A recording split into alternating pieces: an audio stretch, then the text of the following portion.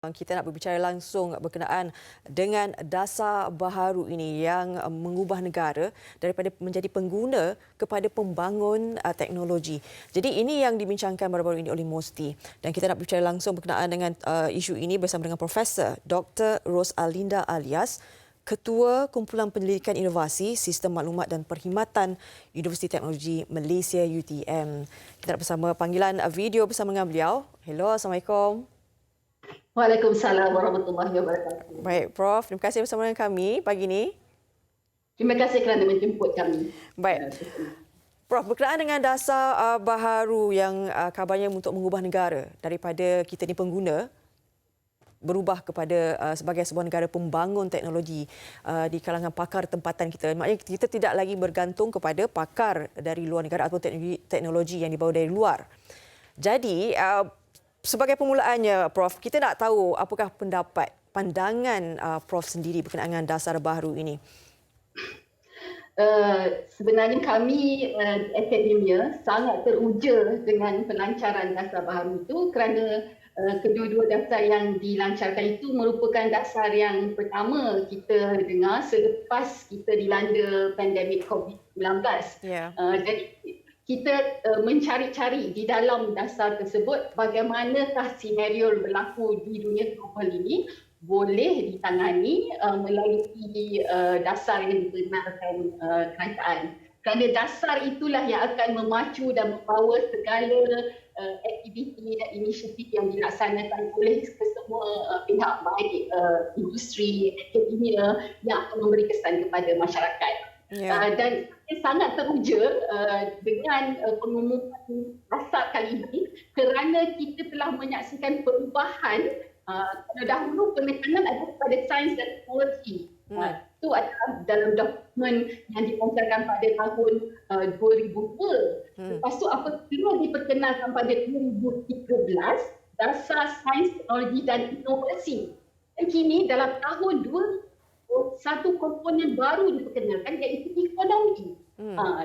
Di situlah yang saya nampak sebenarnya evolusi daripada sains dan teknologi membawa kepada inovasi, dan ini kita perlu ingat bahawa kenapa kita melaksanakan semua inisiatif dan pembangunan penyelidikan berteraskan sains dan teknologi adalah untuk memanfaatkan masyarakat. Yeah. Dan di situ yang ditekankan ke arah kemakmuran bersama itu, iaitu wawasan yang kita cuba capailah melalui dasar tersebut. Okey, melalui dasar sains teknologi inovasi negara ini 2021 maknanya tahun depan hingga 2030, maknanya itu antara tempoh yang diberikan, Prof. Dan melalui dasar baru itu juga ada 6 teras, 20 strategi dan 46 inisiatif yang mencakupi seluruh masyarakat berkenaan dengan sains teknologi ini, Prof. Jadi bagaimana ini boleh membantu dalam usaha untuk memperkasakan inovasi, sains dan juga teknologi tempatan di negara kita ini, Prof? Ya, kerana matlamat kita melaksanakan penyelidikan dan pembangunan seperti yang saya nyatakan tadi adalah untuk menghasilkan produk dan perkhidmatan dari Malaysia. Jadi kita kata penghasilan ataupun pembangunan teknologi tempatan. Kita impikan dunia dilambakkan dengan penghasilan teknologi dari Malaysia. Jadi itu yang kita kata teknologi Malaysia. Bukannya teknologi daripada negara lain. Jadi kita nak mengubah kita punya minda dari pengguna teknologi kepada pembangun teknologi. Itu yang kita inspirasikan. Prof, bila cakap pasal pembangun kan, pembangun, maknanya ini membabitkan bakat-bakat kan, individu pakar-pakar yang perlu kita bangunkan ini. Jadi barulah boleh tercapai dan realisasikan apa yang telah dirancang ini. Bagaimana Prof melihat kita sebenarnya mempunyai bakat yang sangat ramai tapi mungkin tidak ditolak ke hadapan untuk kita memperlihatkan keistimewaan dan kelebihan mereka ini? Ya, betul. Sebenarnya kita seperti yang kita ketahui, semua institusi penyelidikan dan juga semua institusi pendidikan tinggi menghasilkan penyelidik-penyelidik yang ramai. Daripada inovasi yang kita hasilkan begitu banyak oleh universiti. Tetapi mereka ini yang menjadi keras kepada usaha pembangunan teknologi tempatan ini perlu digarapkan, perlu dirangkumkan. Jadi saya nampak satu inisiatif dari segi pendekatan bersepadu antara Kementerian Pendidikan Tinggi dan Kementerian Sumber Manusia dalam merancang pemetaan kerjaya STI itu sangat penting. Kerana kita perlu bergerak secara silo. Dan pendidikan STEM, pendidikan TVET itu sememangnya telah ditekankan dalam polisi yang sebelum ini, tetapi yang penting adalah kita perlu bawa mereka ke dalam norma baharu. Pandemik COVID-19 sebenarnya telah mewujudkan satu situasi di mana kita telah menghasilkan ramai apa yang kita kata gig economy ataupun di mana ia adalah berdasarkan bakat-bakat yang membolehkan mereka menghasilkan produk yang diketengahkan, tetapi mereka ni adalah individu-individu yang di pelbagai tempat. Jadi di situlah yang perlu kita rangkumkan kesemua bakat-bakat itu secara berpusat supaya kita boleh gerakkan agenda ini.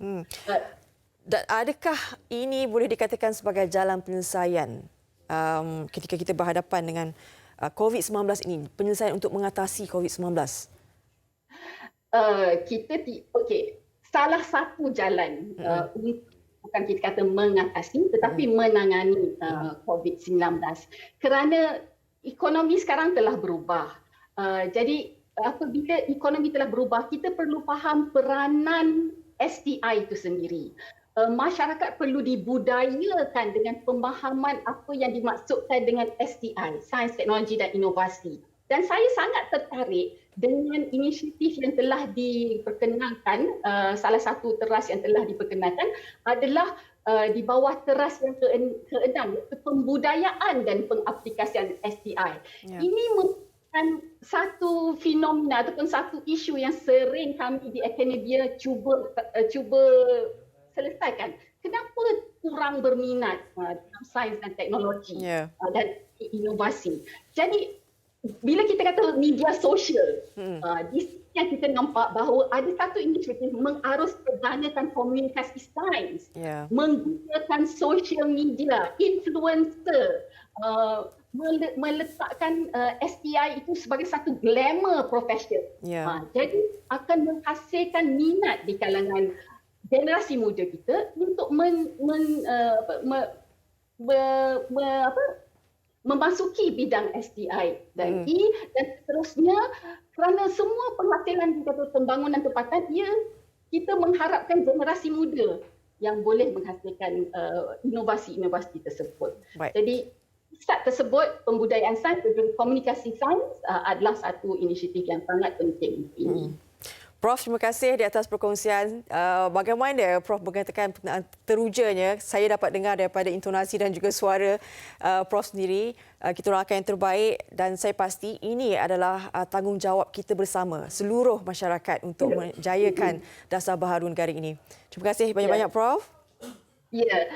Saya mungkin untuk terakhir saya kata satu elemen yang sangat penting adalah quadruple helix. Kita kena berganding tangan antara akademia, industri, kerajaan untuk memanfaatkan masyarakat bersama-sama. InsyaAllah akan dicapai aspirasi kita ini. InsyaAllah. Terima kasih. Amin. Okey, terima kasih Prof. Jaga diri. Sama-sama. Baik.